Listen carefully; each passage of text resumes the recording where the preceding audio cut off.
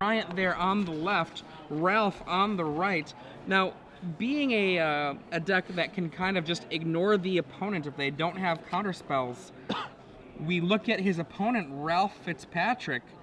Ralph, his ways to interact with this game are going to be Boom Bust, which doesn't do very much, Racing, which he does not have a particularly fast deck, and then I think Deathrite Shaman to try to disrupt the ability of the deck. Well, not even Deathrite Shaman does very much here. It can stop Rite of Flame from being a little bit bigger. One thing about Bryant's list is not a Past in Flames deck.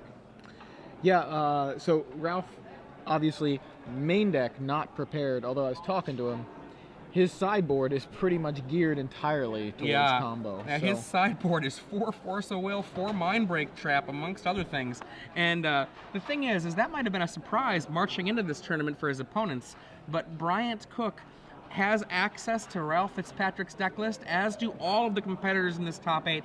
Every single one of them can basically be surprise-free in their match. Yeah. Ralph Fitzpatrick's sneaky sideboard, Bryant Cook will have access to completely. Yeah, so Bryant is going to have game 1 to pretty much play with no fear of what Ralph is able to do, because there are no counter spells in Ralph's main deck for game 1. For game 2, that's all going to change, but like you said, he is going to know the sideboard options for Ralph. Now, funny little story. I was talking to Ralph a little while ago. He was showing me the deck that he brought with him. He was telling me about one of his earlier matches versus Blue-White Control. Now, this is a completely different kind of matchup, but I just thought it was kind of an amusing way his game went. He got the impression, watching his opponent playing Blue-White, that his opponent seemed to be playing kind of dirtily, didn't seem to be doing anything. And he got the impression maybe his opponent doesn't have a win condition left. And so he counts his cards, finds that he has 32, counts his opponent's library, 30. Ancestral Vision comes off suspend. He targets his opponent and just did it that way. Obviously that not for the win, but made sure that he had several cards more in his library and just waited to mill him out. So that's a way you don't expect a Rug Cascade deck that looks like this to win the game. And it looks like our players are shuffled up. Bryant, he might be going through a mulligan here. Looks that way to me. Now, Ralph Fitzpatrick, tells us, he's only running 1 Domery Rod, but I'm still pretty impressed to see this card making the cut to a top 8 event with so many competitors here in DC. Yeah, we were watching some Shardless Agent decks earlier in the day, but none of them looked quite like this one. Actually, none of them had Bloodbraid Elf to go alongside the Shardless Agent, but this is full-on 8 Cascades, 8 Cascade creatures. Yeah, I mean, that's 4 Shardless Agent, 4 Bloodbraid Elf. If you're just joining us, I'm Adrian Sullivan here in the booth with Joey Pasco. This is Bryant Cook on the left screen with the Epic Storm. He's the creator of Epic Storm versus Ralph Fitzpatrick, who's playing a innovative Rug Cascade list that I've never seen anything like. We start off with Grim Lavamancer. Just a note, they did dim the lights on us in here, so suddenly it got kind of dark. Yep. Looks okay, though, on camera for the game, and that's what's important. So, a Gitaxian Probe from Bryant Cook. It's going to show us Punishing Fire, Shardless Agent, Brainstorm, Sylvan Library in and there. Is that Sylvan Library? Yes, that is a Sylvan Library, yeah. The pink sleeve threw me off. It looked like a red-green card to me. Somehow, I don't know why it looked red-green. It's pink, but Sylvan Library, one of the cards. In for 1. Now the no second land for Ralph Fitzpatrick. And thus no second play. And a Gemstone Mine there for Bryant. Second copy. And he's going to go ahead and Gitaxian Probe yet again. Take a look at Ralph's hand. And what was the new card? I couldn't quite catch it. It was shut down too quick there. May have been a second Shardless Agent. I think there, maybe not. I don't know. I do believe I saw 2 Shardless, but I'm not 100% sure on that. There he finds his second land, a Wooded Foothills. You see a Ponder there from Bryant. Cracks the Wooded Foothills. Was resolved very quickly while we were trying to look at Ralph's hand. Now the 2 major plays he could play here are Sylvan Library and Tarmogoyf. Yeah, I imagine he wants to get the pressure on as soon as possible, so I think I go with Tarmogoyf here, although the case can be made for Sylvan Library to start really drawing him into some gas. He's hurting on I'm mana. a degenerate. I like the Sylvan, but that's because I like to be able to draw cards. Well, I do as well. But he goes with the Tarmogoyf. I think in this particular match, he knows he's playing against a deck that's going to win fast, so he just needs to try to win faster if he can. You see a Brainstorm from Bryant Cook, now down to 1 counter on each of his gemstone mines.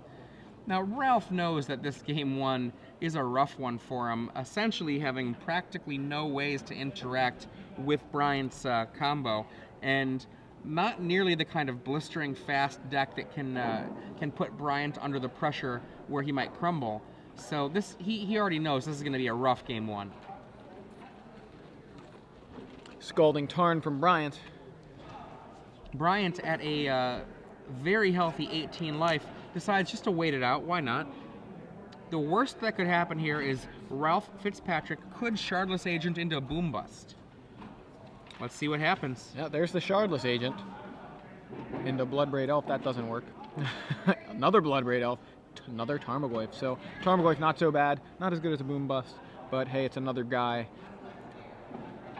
And so in for 3. Next turn, Ralph Fitzpatrick is going to be able to swing for 7. Now remember, Bryant Cook is a deck that runs ad nauseum, so he might be going for the kill this next turn, just so that he has enough fuel on the ad nauseum. Though it is possible, given his hand, that he might be able just to go, without even bothering ad nauseuming, just go rituals and other mana sources, Burning Wish into the kill anyway. It really just depends on what the composition of his deck is or his hand is exactly. At this point. Yeah, with no opposition, he can kind of sculpt it so that he doesn't need as much because he doesn't have anything to fight through. First spell, there's a... Oh, here we go. Looks like Dark Ritual, Infernal Tutor, Lion's Eye Diamond. Selecting a Lion's Eye Diamond. He's showing a Lion's Eye Diamond to the Infernal Tutor and then tutoring up the other Lion's Eye Diamond he's required to get. So currently, the Storm is at 2. Plays another ritual. He's going to use the last counter on one of those mines. Rite of Flame. 2 Lion's Eye Diamonds. Another Infernal Tutor, and this one. He's going to sacrifice his Lion's Eyes 2 in response to the casting. Boom. Another Infernal Tutor to build up the Storm count. Excuse me. You can see 1, 2, 3, 4, 5, 6, 7, 8, 9. Meanwhile, while we count this all out, Burning Wish is going to go to the sideboard, perhaps pick up a Tendrils, perhaps pick up an Empty the Warrens. 1, 2, 3, 4. It's enough for the kill. There's the Tendrils. There's the Tendrils, and we're going to the sideboards. Yeah. Now, also, was that Romario Neto in the Sam Raucus Romario Neto match has won his first game, so Mud beats Esperblade in that match as well. Now, those 2 people have won.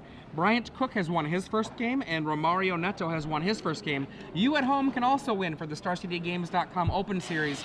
What you need to do, if you're going to be winning, you'll be winning some premium Star City Games Premium. 3 months in our quarterfinals, as we do every event. 6 months in our semifinals, and 12 months, a whole full year in the finals. Now, how do you get this premium giveaway? Well, what you do is you answer a trivia question. Joey Pasco has been providing trivia all weekend for our pleasure and enjoyment. And what you'll do is hashtag SCG Premium, tweet the correct answer to Joey's trivia question, and that hashtag SCG Premium, and 1 lucky person will be selected to win 3 free months of Star City Games Premium. So, Joey, what is our first quarterfinal trivia question? I'm writing it right now. Uh-oh. Okay, I'm done. So, we've seen some interesting innovation today. As always, I think these weekends we've seen Dome Rerod in the in this rug list. We haven't actually seen it yet on camera. Hoping for that maybe here in Game 2. One interesting innovation that we were just talking about 5-7 minutes ago. Right. Was in one of the kind of traditional lists of Legacy, the Legacy staple list, very powerful lately, Esper Stoneblade. Okay. So the trivia question for 3 months of SCG Premium is, what card was added to the traditional Esper Blade list to give it the moniker Esper Deathblade. Okay. What card was added to the Esper Stoneblade list to change the name to Esper Deathblade? Tweet your answer with the hashtag SCG Premium, and if you are amongst the correct answers, you may be selected. One of you will get 3 months of Star City Games Premium. Yep. Don't worry about being fast about it. It's not who's first, it's just one of you.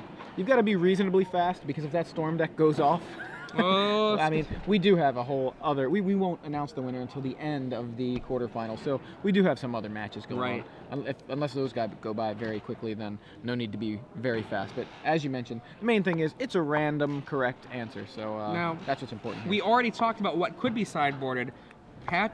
Ralph Fitzpatrick, he has 4 Mind Break traps in his sideboard, 4 Force of Will. That is a hefty anti-combo package. Absolutely. Particularly good against a Storm package.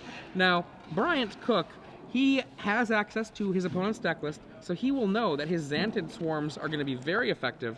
I expect we're going to see 2 Xantid Swarms come in. One of his 2 Cabal Therapies, leaving him a Cabal Therapy in the sideboard to Burning Wish for. And I think that's about where we're going to stop it.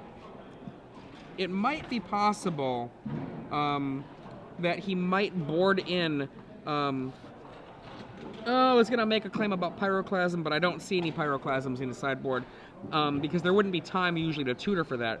It's a solid draw-off.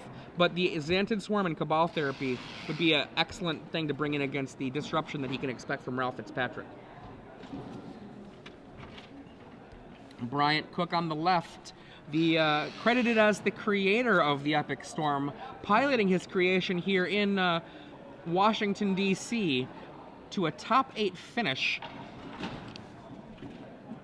Bryant Cook was the 7th seed coming in here. Ralph Fitzpatrick running this very interesting Shardless Agent Bloodbraid Elf, basically Cascade deck. He is the 2nd seed coming into this event. Yeah, so he had the choice of player draw, and I almost wonder if I were him, knowing the situation with game 1, does he try to maybe take the draw game 1? I don't think that works. No, I think he wants to be on the play in game 1, and he presumably makes it to game 3. Ralph Fitzpatrick, land Deathrite Shaman. Scalding Tarn, fetching up a source able to cast that Deathrite Shaman. Could be a, well, it's a Taiga. We'll just go with that. Adds a green, plays Deathrite Shaman. Deathrite has really made quite an impact this weekend. We've seen it a lot in a lot of different kinds of decks. Does a lot of things. Sylvan Library again in Ralph Fitzpatrick's hand. Only a 1 of. Bryant Cook draws.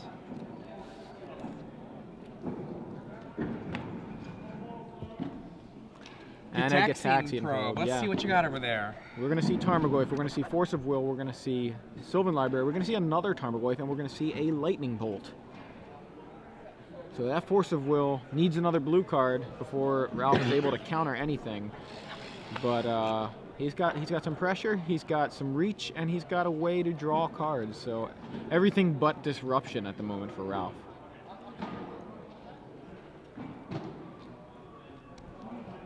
We see another Gitaxian Probe.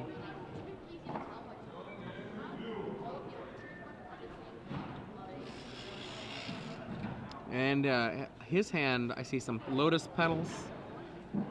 I see a Dark Ritual. He's thinking here. Okay, the glare on that card, I cannot tell what it is. I think he's fetching. Or no, is it another Gitaxian Probe? Another probe, yeah. Infernal Tutor drawn, drops an Underground Sea, a Lotus Petal, cracks the Lotus Petal. Silence You. Oh my gosh. Uh-oh. Lion's Eye, Lion's Eye. Dark Ritual. Oh, is this what I think it is? Infernal Tutor in response, crack both the Lion's Eye Diamond. Burning Wish. It is over. A turn 1 kill from Bryant Cook.